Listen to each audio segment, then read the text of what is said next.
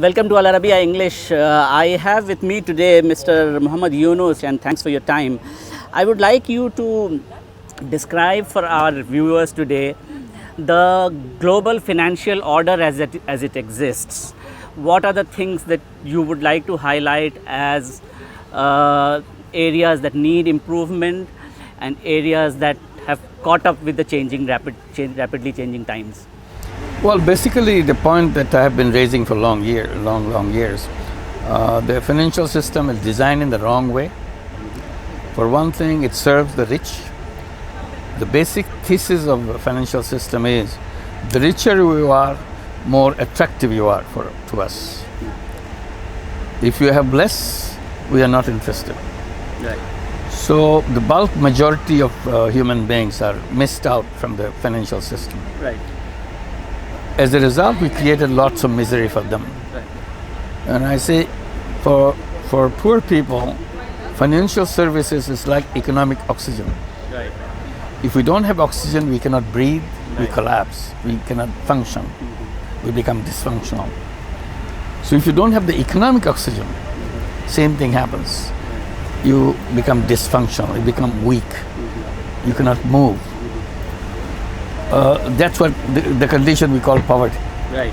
It's because you don't have that financial oxygen connected with them. Right. The moment you connect, they become active. Right. They're like any other human being, active, productive, entrepreneurial, and so on. Right. But the financial system always stayed out of that. Right. So that's the complaint I have been making. Right. And at the same time, I had financial system is the vehicle through which all the wealth concentration in the world is taking place. Right. Because they are the one bringing the money to you. Right. Because the more money you invest, more money you'll get. Right. So it became a very strange system. We can't even call it a system because all the wealth of the world Right. is concentrated in fewer and fewer hands. At every second, it's a lesser people with more wealth. Right. Today, 8 people in the world have more wealth than the bottom 50% of the population. In India, they were telling the recent information that 1% of Indians, richest Indian, own 73% of the wealth of all of India. Country by country you go, you'll see the same story, same thing. Globally you see same story. Geographically you see 99% of the wealth is concentrated in probably half a dozen countries. Only 1% of the wealth is distributed in the rest of the world. So you don't call it a system. It's a mockery of a system. It's a mockery of a system. So what I'm saying is not, people are not bad people. People are good people. Right. Banking people are good people. People who own the richest wealth in the world, like Bill Gates or Warren Buffett, they're nice people. Yeah. Mark Zuckerberg, they're nice people. Carlos Slim, nice people. They are the people who own half the wealth of the world. True. So what's wrong? They are nice, everything is nice. How come they control that? Because system works that way. Right. System is a machine which sucks up the wealth Right. and puts on their feet. And tomorrow there'll be only 1% probably which will be owning more wealth than the rest of us.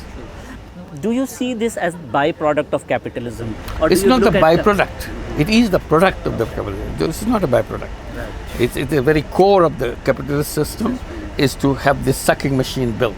Right. So I said, it is a ticking time bomb. Right. If you go on like this, if it's a mushroom of wealth, all the wealth, 99% or 99.9% of the wealth in the mushroom owned by handful of people, Right. and the stem of the mushroom Right. is 0.9% of the population, less than 1% of the population, Right. and less than 1% of the wealth owned by 99.9% of the people, Yeah. and that the stem is becoming thinner and thinner. True. So And it's this also not headed in the right direction. Absolutely, this is a ticking time bomb. It will explode. Right. It will have a massive problem in the Right. world. And globalization has Expedited. taken it to the poorest of the poor and made it even worse. Your microfinance journey, it's been a roller coaster, if I may use that term. Now when you look back at the number of years you spent in it and the millions of people in whose lives you influence, is it a system that can still be a model for the future? Absolutely. That's what the point I was raising. Financial system designed wrong, saying it cannot be done.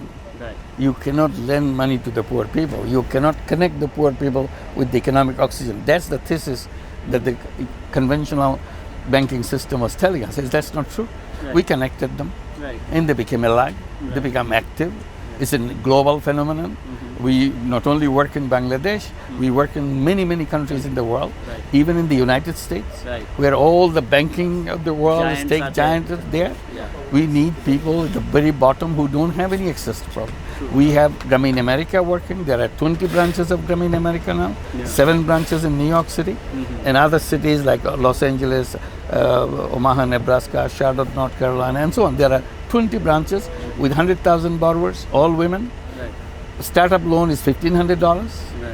Collectively, they have taken now over $1 billion in loan, paid back in 100% repayment. Right. So it works even in the poorest, even in the richest country in the world. You have the same problem. It's not the symptom of a poor country. Right. It's a symptom of the whole capitalist system. Yeah, and you also brought it to this part of the world, Saudi Arabia, with Grameen Sure, of Jameel. course, Grameen How Jameel. can you Same bring thing. us up to date? Grameen Jameel became very interested. Right. He said, well, there are lots of poor people in Saudi, Yeah. so why don't we try that? And also in other countries. Right. So he started replicating this, exactly Grameen principles and so on. Right. Now ACFund, Arab Gulf Fund, Right. they have adopted it. Right. They have now in 9 countries of the region have set up microfinance banks Right. as a social business. That's another aspect that we want to bring. Right. A social business means problem solving Right. business rather than making money. Right. And the reason that the capitalist system became a sucker of the wealth for the few people is because the interpretation of human being in capitalist system is given in the wrong way. Right. It says human beings are all driven by self-interest. And consumers. The They are all selfishness. consumers, So yeah. they're all selfish people. I said, no, human beings are not all selfish people. They are selfishness and selflessness. Right. Both. They are 2-dimensional people. Right. So why don't you include selflessness into the business world? Right. In that case, then you'll have 2 kinds of business. One, a business to make money for yourself. Another, a business to solve problems of others, problems of the world. You can do it in a business way. We call it social business. We define it by saying non-dividend company to solve human problems. Now, many people around the world creating those companies, social business companies to solve problems. And and microcredit became, right from the beginning, was a social business. There's no interest of making money for us. It's designed to help people to overcome their problem.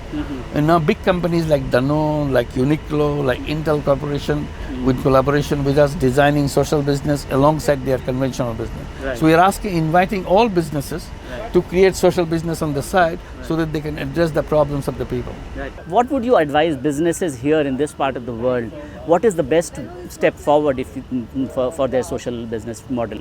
Well, it's very attractive for them because this region is also a region with the Islam as a predominant religion here. Right. One of the prime condition of Islam that every year you give away 2.5% of your wealth. Yep.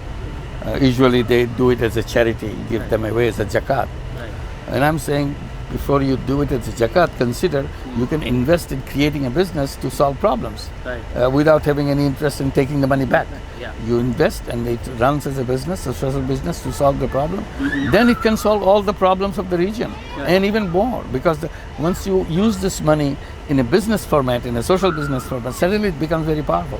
Right. In charity, money goes, does the work, but the money doesn't come back. So you have only one-time use of the money. The moment you do it in a social business way, money goes out, solves a problem, money comes back. Yeah. And then you use it again and again and again. Right. So it becomes very powerful. Right. So that way, this region has one big advantage in addressing that. And it's a newly prosperous region. They can use it in a different way. Every person can create a social business alongside their conventional business, or conventional business alongside their social business, so that they can transform the whole economy. Right. They don't have to fall into the trap of the old capitalist theory. Right. So capitalist system can be redesigned, Right. reinterpreted, and also give entrepreneurship as the prime mover of people instead of working for other people. True. So I have been saying that again, capitalist system has interpreted human being in a wrong way. They are supposed to be workers for somebody. I said human beings are not born to work for somebody else. Right. Simply, a capitalist system misinterpreted human being. Human beings are basically entrepreneurs. Right. So use them, give them opportunity to become entrepreneurs. That's what they will become. and they start doing things in different way than they have been doing. Rohingya crisis for Bangladesh, a country of the resources that Bangladesh has, do you see it as a political crisis, or does it have some kind of economic It's a massive humanitarian crisis to begin with. It's been said again and again. United Nations has said it, world has said it. It's a case of genocide. It's a textbook case of ethnic cleansing. Right. Deliberately they are pushed away, they're killed, they're raped, they're murdered, and so on. Right. And they, out of panic, people left the country, and it still is Exodus is being coming in. So we have to hold the Myanmar government responsible. Right. We have to hold Aung San Suu Kyi responsible for it. But today we have not done that. International community is a raising voice, but not to the extent that can be stopped. Right. You have to be really strong to make that stop, so that these Rohingya people who have been living there in Myanmar for ages and ages, for generations, Right. to go back as a full citizen of this country. So it's not only taking back is not the issue. Are you giving them the citizenship because they legitimately belong to that country, and you should take it back and apologize and compensate for the damages you have done, to losses that they have incurred. So I'm appealing to everybody to come up with that voice, particularly in the region. Right. As a South Asian senior statesperson, there has been an energy interdependence between South Asia and Gulf region, and also a remittance interdependence. Do you see this being sustained for a while, or is it time to redefine South Asia Gulf relationship from an economic perspective? I wouldn't say, I will see in another perspective, not in an economic perspective. Some rich people make money here and some rich people make money there. That's not interesting for me. True. They can redesign their own society, saying that the 3 zeros that I've talked about in my book, no poverty, zero unemployment, zero net carbon emission. They be the top of the world. So we have designed the world, our world, where there is no poverty, zero poverty, there is no unemployment, there is no carbon emission. And then we say we take the leadership. The other one is who takes money from whom. These are minor issues of the past. You mentioned the divide, the economic divide between the rich and the poor, the developed versus the developing. There is also the digital divide. Now the new technology, artificial intelligence coming. And everybody's excited. Artificial intelligence is coming. It makes people work less, and so on and so forth. Lots of pleasure, lots of leisure. Job losses. That's it. There are lots of job losses. What do you do with this? There's a massive unemployment in the world right now. 40 million people, young people, join the job market every year. And then you're saying that all people who are already in the job will be out of job. What do you do with that? What kind of technology is that? And we're kind of welcoming that and celebrating that. I don't celebrate, I get very worried. And they are saying that the artificial intelligence gradually will become more intelligent than the human intelligence. And if it becomes more intelligent than human intelligence, and to the extent that they will look at human intelligence as like a cockroach intelligence, then what position we have? Next. So I've said, don't get excited about it. Think about regulating technology. What is, if it is harmful for people, you should not encourage, you must stop it.